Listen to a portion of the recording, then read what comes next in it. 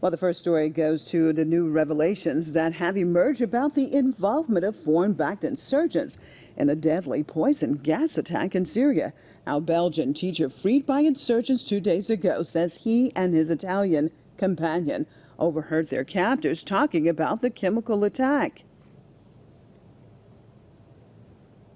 From a room where we were being held and through a half-open door one day, we overheard a conversation in English via Skype involving 3 people whose identities I do not know. In the conversation, they were saying that the gas operation in 2 suburbs of Damascus was carried out by rebels as a provocation to force the West to intervene militarily. Domenico and I have a moral duty to say that it's not the Bashar al-Assad government that used sarin or any other gas in the Damascus suburb of Ghouta. We're certain of that after a conversation that we interpreted, even though it costs me to say so because I've supported the Free Syrian Army passionately since May 2012 in its fair fight for democracy. Well, they have criticized U.S. plans to attack Syria under the pretext of using chemical weapons. Pachenin and Kiriko also recounted their ordeal during 5 months of captivity.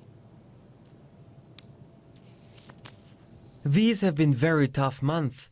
We were beaten on a daily basis. We suffered 2 mock executions.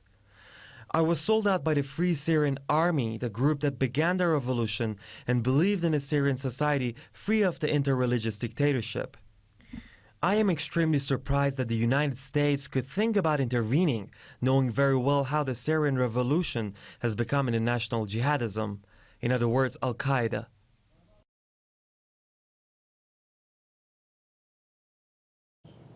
It's not clear how the 2 men were freed, but Kiriko's newspaper La Stampa says Italy's secret services had stepped up efforts to secure their release ahead of a possible U.S. military strike.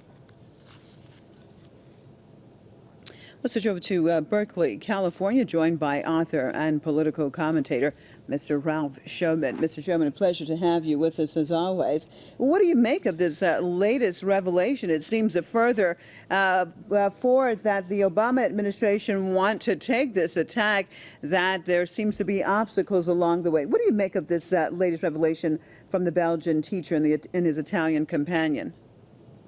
Well, what that does is to confirm the daily reports in the newspapers all over the world and from officials in many, many countries that the fabrications on the part of the United States and of President Obama about a chemical attack waged by the government of Assad are fabricated.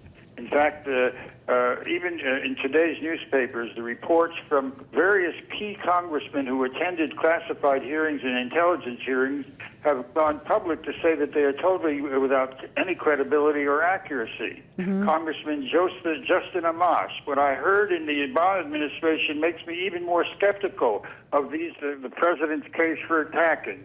He noted that after classified briefing and reviewing classified documents, he found no evidence whatsoever for the contentions made by the president. Congressman Michael Burgess, in the same circumstances, I looked at these so-called classified documents. They were pretty thin. New Hampshire Democratic Representative Carol Shea Porter stated, "Now more than ever am I convinced that there is no evidence whatsoever." Senator Joe Manchin, "I'm going to vote no for a strike, a serious strike, after seeing this so-called intelligence briefing."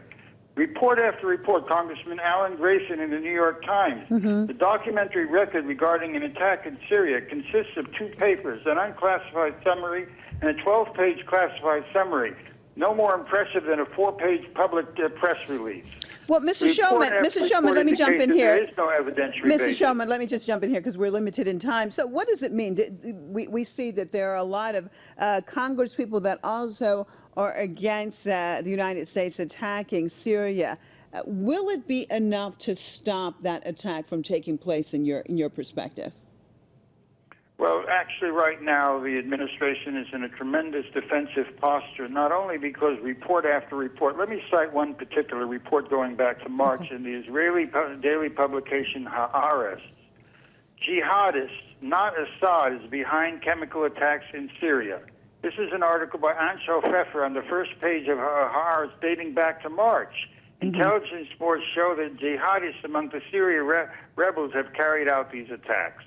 And it gives specifics about this, and I don't, given time, I won't go into the particulars of the article, but this is what has been coming through in reports in the Wall Street Journal, reports in digital news about Saudi Prince Bandar having supplied chemical weapons and encouraged and funded and prepared and schemed to have chemical attacks waged by the al-Nusra jihadis and to be ascribed to the Assad government as a casus belli.